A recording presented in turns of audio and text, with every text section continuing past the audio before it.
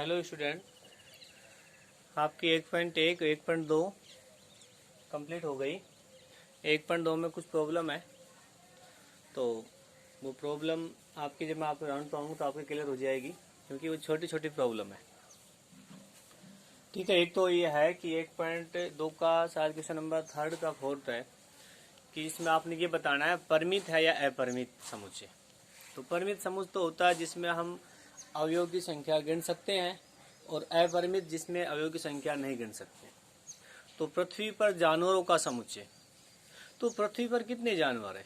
अनेक जानवर है, तो उनको हम परिमित समुच्चय में नहीं ले सकते। ठीक है, एक इसमें 5th में है जिसमें समान समुच्चय और असमान समुच्चय पूछा है। तो समान समुच्चय में और असमान समुच्चय बताने के लिए आपको 2 समुच्चय दिए हैं।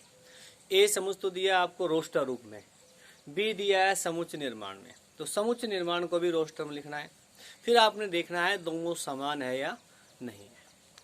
ठीक है, इसके बाद आगे टॉपिक आता है जो आपको पढ़ा दिया 1.3 के लिए। एक तो उपसमुच्चय।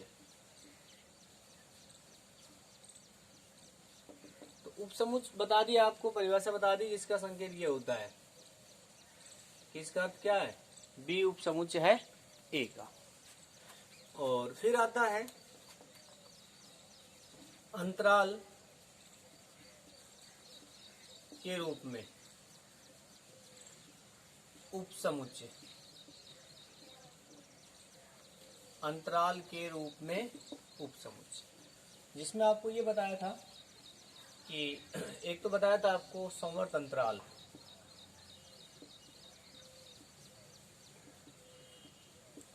संवर्त अंतराल जिसका बड़ा कोष्ठक संकेत होता है। इसका मतलब होता है इसमें ए और बी भी शामिल है, और ए और बी के बीच की संख्या भी शामिल है। दूसरा, इसको अंतराल के रूप में ऐसे लिखते हैं,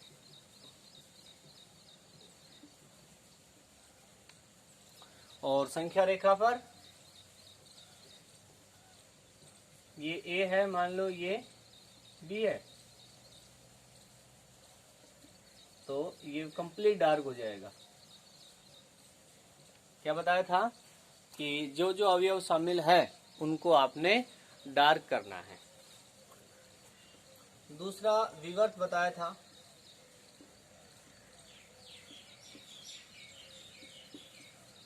विवर्त अंतराल, इसमें छोटा कोष्ठक आएगा।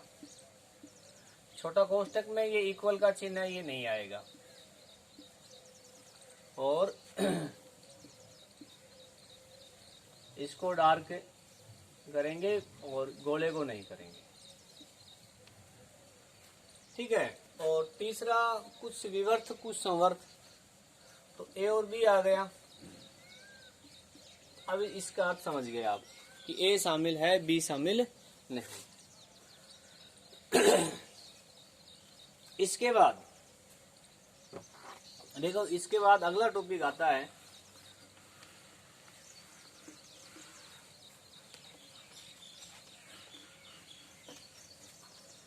अगला टॉपिक है एक समुच्चय के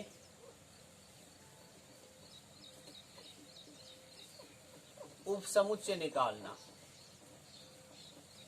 एक समुच्चय के उपसमुच्चय निकालना। ठीक है, मान लो आपके पास ए समुच्चय है, उसमें 2 अवयव है, इसके उपसमुच्चय आपने बताने हैं। तो इसके उपसमुच्चय बताएंगे हम। सबसे पहले आकलन करेंगे, एक है, एक इसमें मिल रहा है। ठीक है, फिर आकलन करेंगे 2 है इसमें, और 1 भी इसमें है, 2 भी इसमें है, और 1 और 2 भी कंप्लीट मिल रहा है।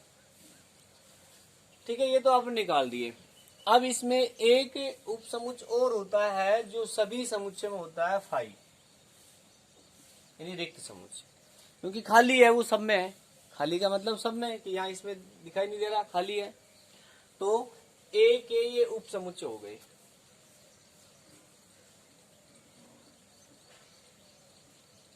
उप समुच्चय हो गए। अब आपके पास बी कोई उप समुच्चय है, ए बी सी, ठीक है, तो इसके उप समुच्चय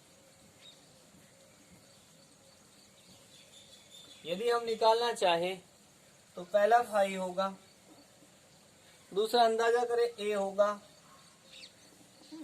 क्योंकि ए इसमें मिल रहा है, तीसरा बी बी होगा, चौथा सी बी होगा, ए भी इसमें मिल रहा है, बी भी मिल रहा है, सी भी मिल रहा है, और पांचवा ए बी बी होगा, फिर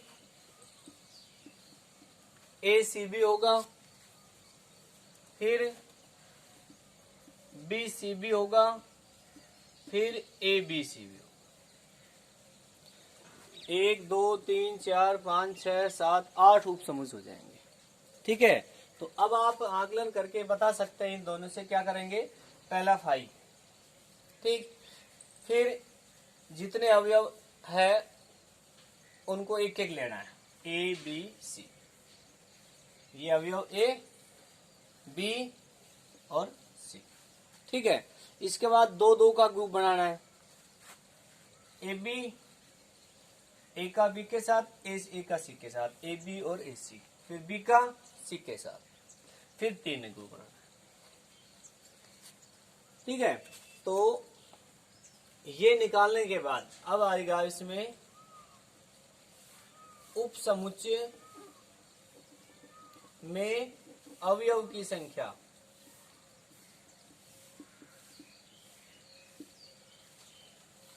अवयव की संख्या। तो इसमें उप समुच्चय कितने हैं, इसमें उप समुच्चय है 4, इसमें उप समुच्चय कितने हैं, इसमें 8 है। तो इसका सूत्र बन जाता है, इसको आप लिख सकते हैं 2 की पावर 2, इसको लिख सकते हैं 2 की पावर 3, और सूत्र बन जाएगा 2 की पावर n। n क्या है, n है समुच्चय में अवयव की संख्या, समुच्चय में अवयव की संख्या, ठीक है। जिसमें इसमें अवयव की संख्या कितनी थी, 2, तो 2 की पावर 2, इसमें अवयव की संख्या कितनी है, 1 2 3, 2 की पावर 3। अब C बराबर है A B C D E में उप समुच्चय की संख्या बताओ।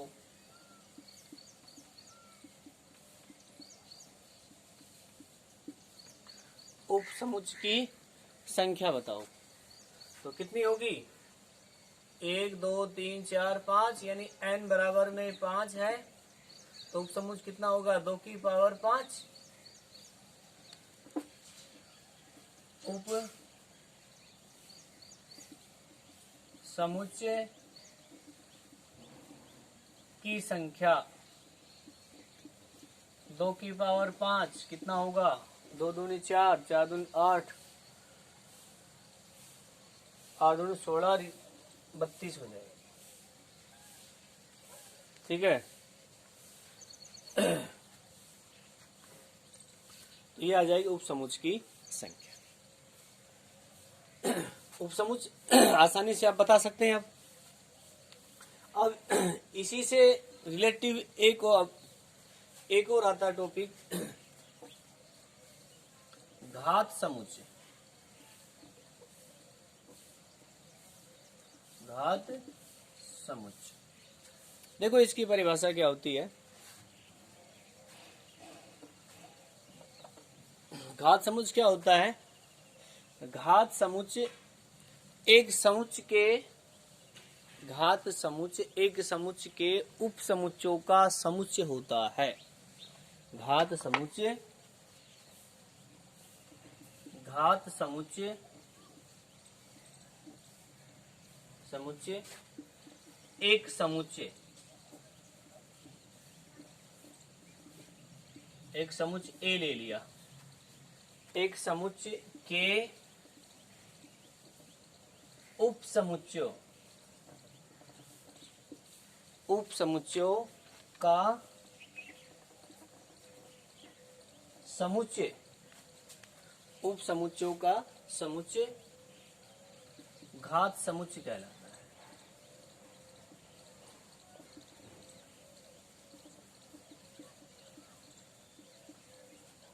उपसमुच्चयों का घात समुच्चय कहलाता है। इसे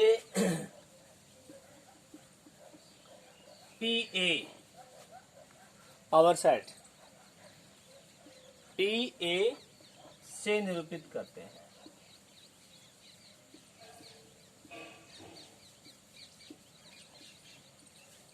से निरूपित करते हैं। ठीक है, ए का घात समुच्चय कहलाएगा PA, बी का कहलाएगा PB, सी का कहलाएगा PC। क्या कह रहा है? एक समुच्चय, ठीक, के उपसमुच्चय का समुच्चय, उपसमुच्चय पावर सेट कहलाता है।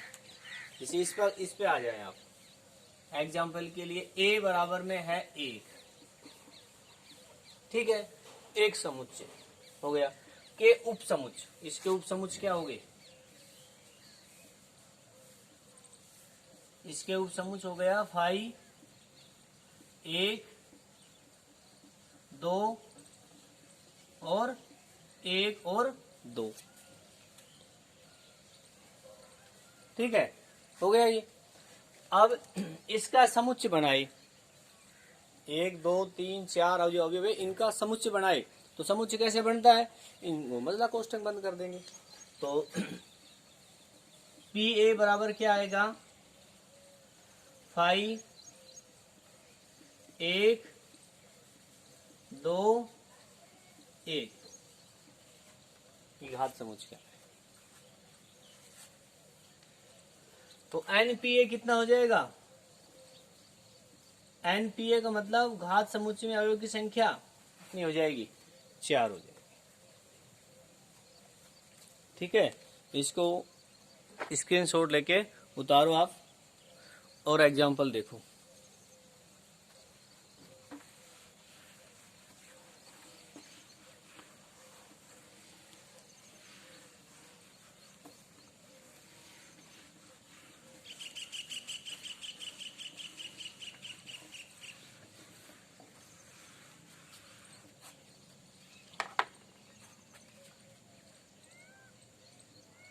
ए बराबर में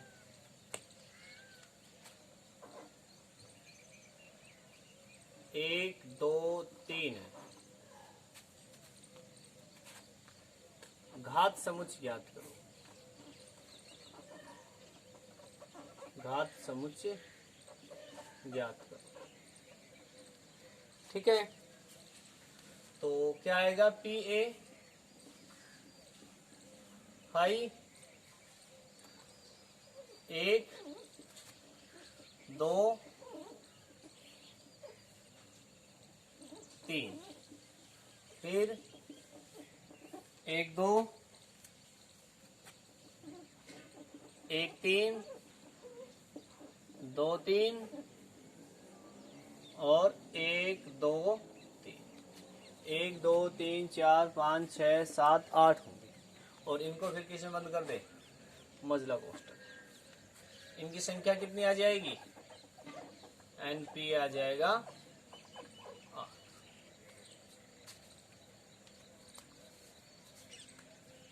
ठीक है भाई।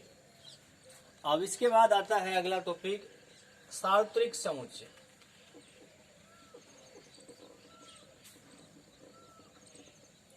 सार्वत्रिक समुच्चय, सार्वत्रिक नाम से स्पष्ट है। सार्वत्रिक क्या होगा कि एक बहुत बड़ा समुच्चय होगा, एक बहुत बड़ा समुच्चय होगा जिसके अंदर सारे समुच्चय आ जाएंगे। यानी सभी उप समुच्चयों का एक समुच्चय होता है। सभी उप समुच्चयों का एक जो समुच्चय होता है वो सार्वत्रिक समुच्चय कहलाएगा। सभी उप समुच्चयों का समुच्चय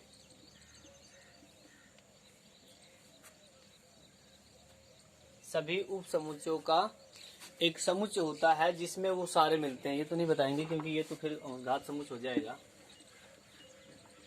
इसमें ये कहेंगे वह समुच्चय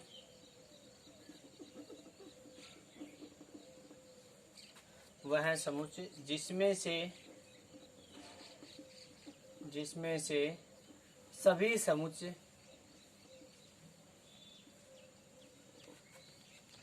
निकलते हैं।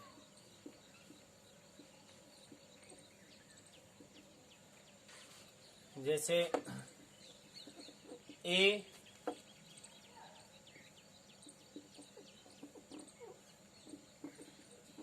B बराबर है 2 3 5 डैश डैश, तो इनका सार्वत्रिक समुच्चय क्या होगा? सार्वत्रिक समुच्चय होगा इनका R। वास्तविक संख्या है क्योंकि ये सारे किस में से निकल रहे हैं? R में से निकलेगा। ठीक है, अब आपने 1.3 के सवाल रफ नोटबुक में करने हैं।